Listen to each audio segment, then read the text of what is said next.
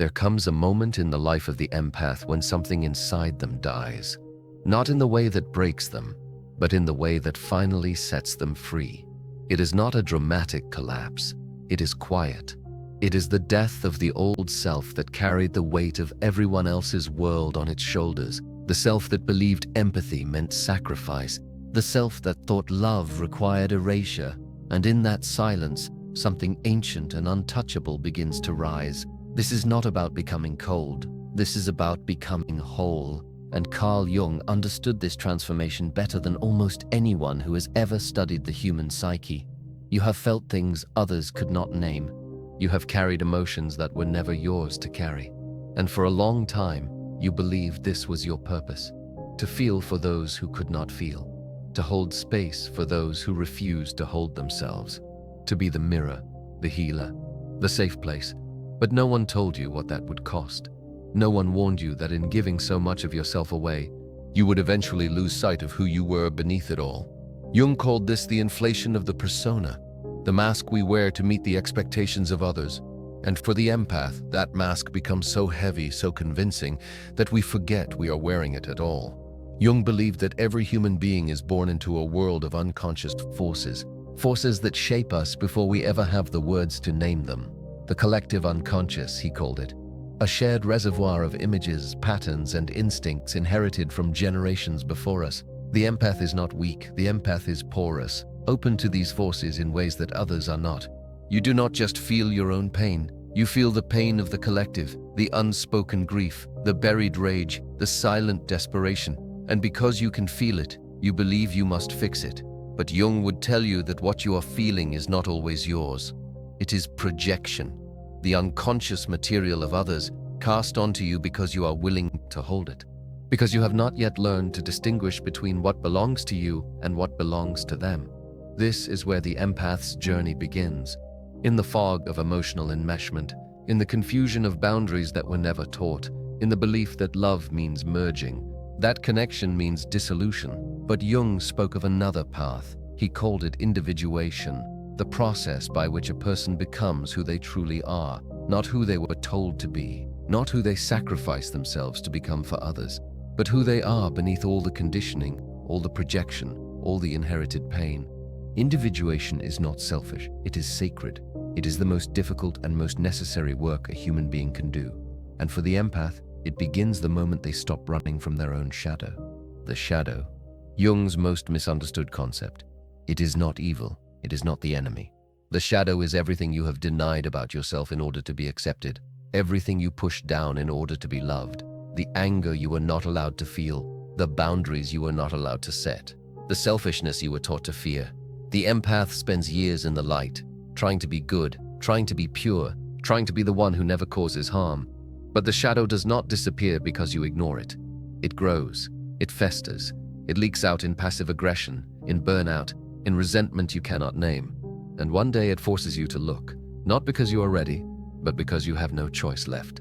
This is the collapse, the moment when everything you believed about yourself and others begins to crack. The people you loved reveal themselves as people who only loved what you gave them. The relationships you thought were deep reveal themselves as transactional. The version of yourself you worked so hard to maintain reveals itself as a prison. And in that shattering, the shadow rises. You see your own complicity. You see how you abandoned yourself. You see how you used your empathy as a shield against your own needs. How you confused selflessness with worthiness. How you made yourself small so others could feel big. Jung said that the shadow contains not only darkness, but gold. The parts of you that you buried were not all poison. Some of them were power. Some of them were truth. Some of them were the voice that says no. The voice that says enough. The voice that says, I will not carry this anymore. And this is where the real transformation begins. Not in the healing, not in the forgiveness, but in the integration. Jung did not believe in transcending the shadow. He believed in integrating it, in bringing it into consciousness, in owning it, in letting it teach you. Because the shadow is not the problem. The problem is the refusal to see it. The empath who awakens is the empath who stops pretending, who stops performing empathy for an audience that will never applaud, who stops giving to people who only know how to take. This is not bitterness. This is clarity. This is the psychological shift from unconsciousness to awareness, and it changes everything. You begin to notice patterns. The same type of person enters your life over and over again. The same dynamic plays out in different costumes. The narcissist, the victim, the user, the one who needs you until they no longer do. Jung would say this is not coincidence. This is the psyche attempting to show you something. The people who trigger you are mirrors, not because they are you, but because they are activating something unresolved within you. A wound, a complex, a belief you have not yet questioned. And the moment you stop blaming them and start asking why they appeared, you take your power back. You stop being the character in someone else's story. You become the author of your own. Jung wrote extensively about complexes, emotional knots in the unconscious that take on a life of their own. The empaths who have not yet awakened are ruled by complexes they cannot see. The savior complex, the unworthiness complex, the fear of abandonment complex. These are not thoughts, they are autonomous patterns that hijack your behavior without your permission. You say yes when you mean no. You stay when you should leave. You explain yourself to people who have already decided not to understand. And each time you do this, you strengthen the complex. You feed the unconscious pattern. But awareness breaks the pattern. The moment you see it, it begins to lose its grip. And slowly, painfully, you learn to act from consciousness instead of compulsion. If this is speaking to something deep inside you, let me know by liking this video. And in the comments, share where you are in your own awakening. Are you just beginning to see the patterns? Are you in the shadow phase, facing what you have avoided? Or have you reached the other side where detachment feels like freedom? Your words might be exactly what someone else needs to hear today. Now let us continue. The shift from reacting to observing is not intellectual. It is alchemical. Jung spoke often of alchemy as a metaphor for psychological transformation. The base metal of unconscious suffering transformed into the gold of conscious awareness. For years you reacted. Someone hurt you and you absorbed it. Someone projected onto you and you believed it. Someone demanded your energy and you gave it without question. But now, something has changed. You watch the same dynamics unfold and you do not move. You do not rush in to fix. You do not take responsibility for what is not yours. You observe, you witness, and in that space between stimulus and response, you find your sovereignty. This is what makes you untouchable. Not because you no longer feel, but because you no longer lose yourself in what you feel. Jung wrote that the privilege of a lifetime is to become who you truly are. But he also knew that most people never do. Most people live and die as strangers to themselves, controlled by unconscious forces they never named. The empath who awakens refuses this fate. They choose the harder path, the path of self-knowledge, the path of individuation, and in doing so, they become immune to the manipulations that once controlled them. Manipulation relies on unconsciousness. It relies on your need for approval, your fear of rejection, your unhealed wounds. The narcissist knows this instinctively. They do not need to study psychology. They feel where you are weak and they press. They gaslight. They love bomb. They withdraw. They create chaos so you never have time to think clearly. But when you integrate your shadow, when you own your wounds instead of letting them own you, the manipulation stops working. You see it for what it is, a desperate attempt to control you because they cannot control themselves. And instead of engaging, you detach, not with cruelty, but with clarity. You stop explaining, you stop defending, you stop hoping they will understand, because you finally understand that they do not want to. They want your reaction, they want your energy, they want you tangled in their chaos. And when you refuse to give it, they lose all power over you. Jung believed that what you resist persists. And for years you resisted your own darkness, your anger, your selfishness, your capacity to walk away. You resisted it because you were taught that these things made you bad, that to be spiritual, to be kind, to be good, you had to transcend these so-called negative qualities. But transcendence without integration is spiritual bypassing. It is the refusal to be human, and the refusal to be human is the refusal to be whole. When you finally stop resisting the shadow, when you finally allow yourself to feel the rage you buried, the grief you swallowed, the truth you silenced, something shifts. The energy you spent suppressing yourself becomes available for living, and the people who benefited from your suppression no longer recognize you. They will call you cold. They will say you have changed. They will accuse you of being selfish, distant, unfeeling. And they are right. You have changed. You are no longer the person who sets themselves on fire to keep others warm. You are no longer the person who apologizes for existing. You are no longer the person who believes that peace requires your silence. This is not cruelty. This is self-preservation. This is what Jung meant when he said that the most important question a person can ask themselves is whether they are living in harmony with their own nature or in opposition to it. And for the empath, living in harmony with their nature means honoring their sensitivity without allowing it to become their prison. Jung spoke of the union of opposites, the reconciliation of conflicting forces within the psyche. For the empath, this union is the integration of strength and softness, the ability to feel deeply without being destroyed by what they feel, the capacity to care without becoming consumed by care. This is the paradox of the awakened empath. They are more sensitive than ever, but less affected than ever. They feel more, but carry less.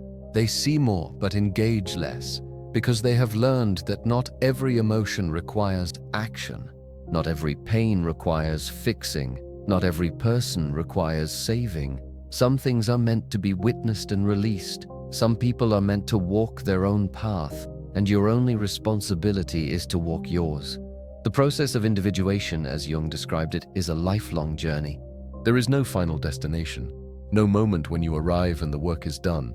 But there are thresholds, moments when you cross from one state of being into another.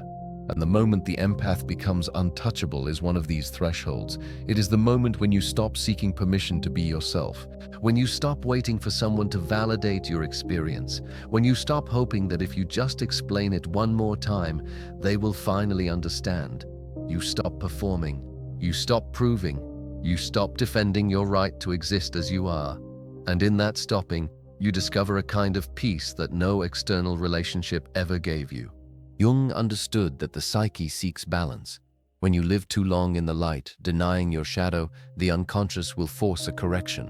When you give too much, neglecting your own needs, the psyche will shut you down. Burnout is not a weakness. It is a message. It is the self saying, I can no longer sustain this betrayal.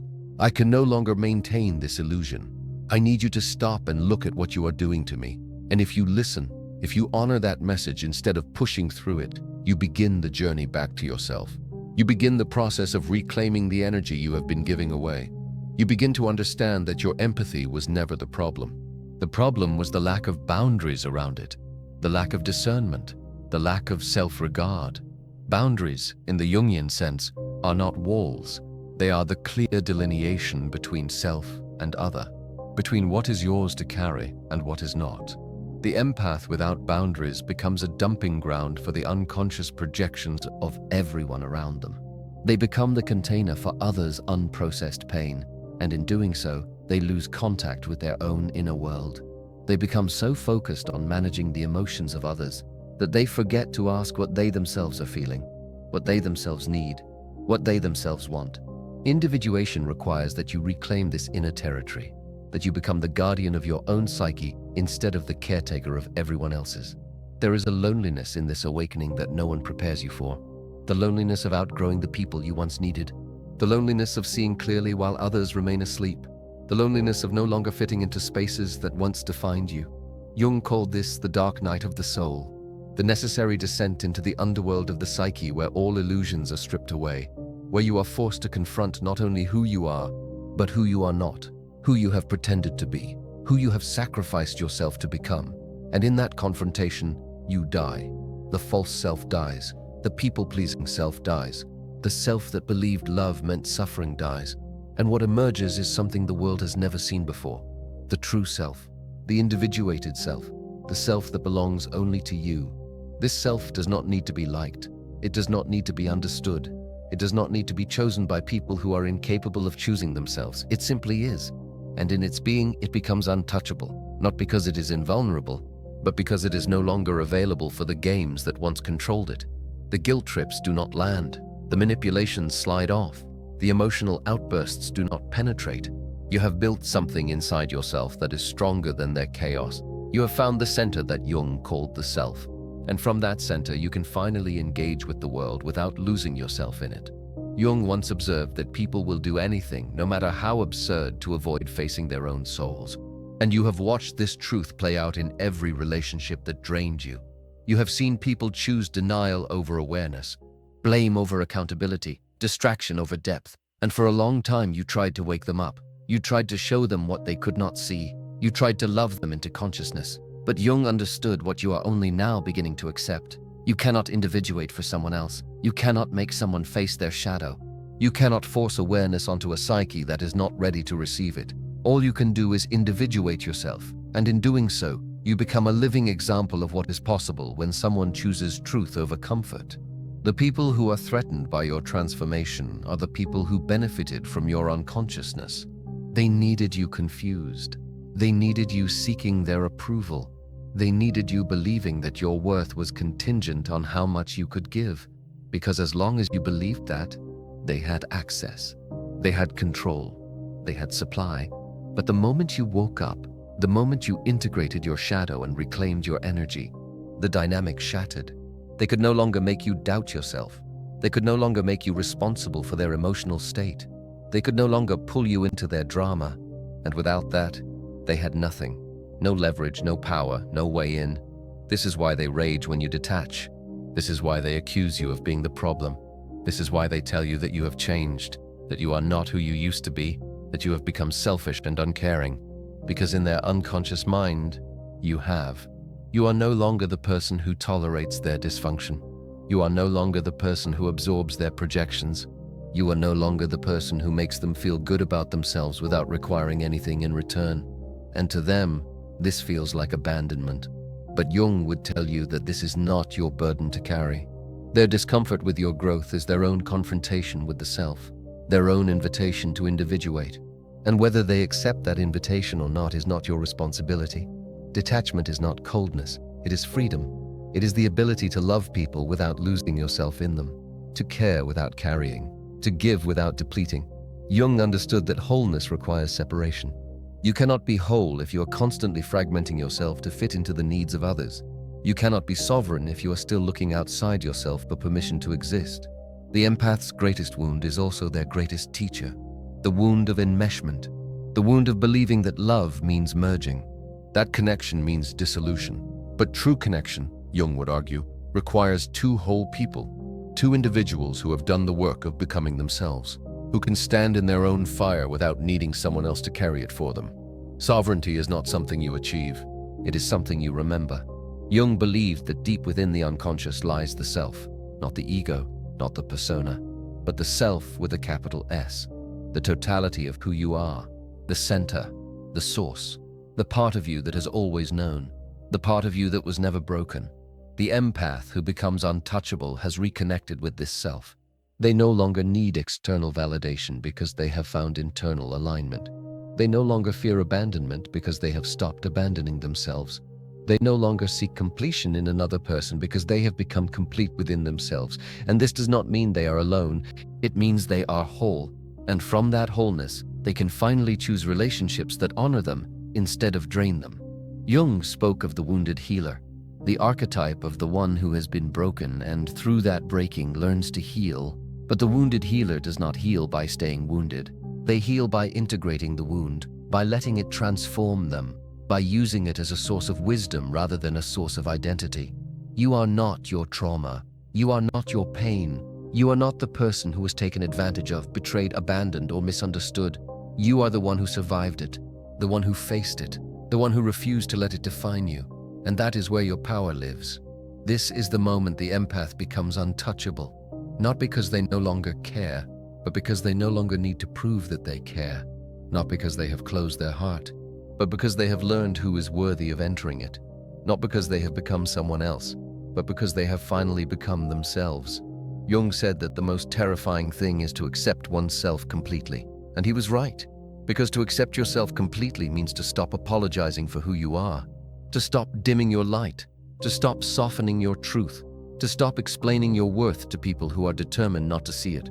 You are not here to be understood by everyone. You are here to understand yourself. You are not here to fix broken people. You are here to become whole. You are not here to carry the weight of the collective unconscious on your shoulders. You are here to individuate, to separate, to claim your own psyche as sacred ground. And when you do, the world does not collapse. It rearranges itself around your new frequency. The people who cannot meet you there fall away. The situations that no longer serve you dissolve, and what remains is real. What remains is yours. What remains is untouchable.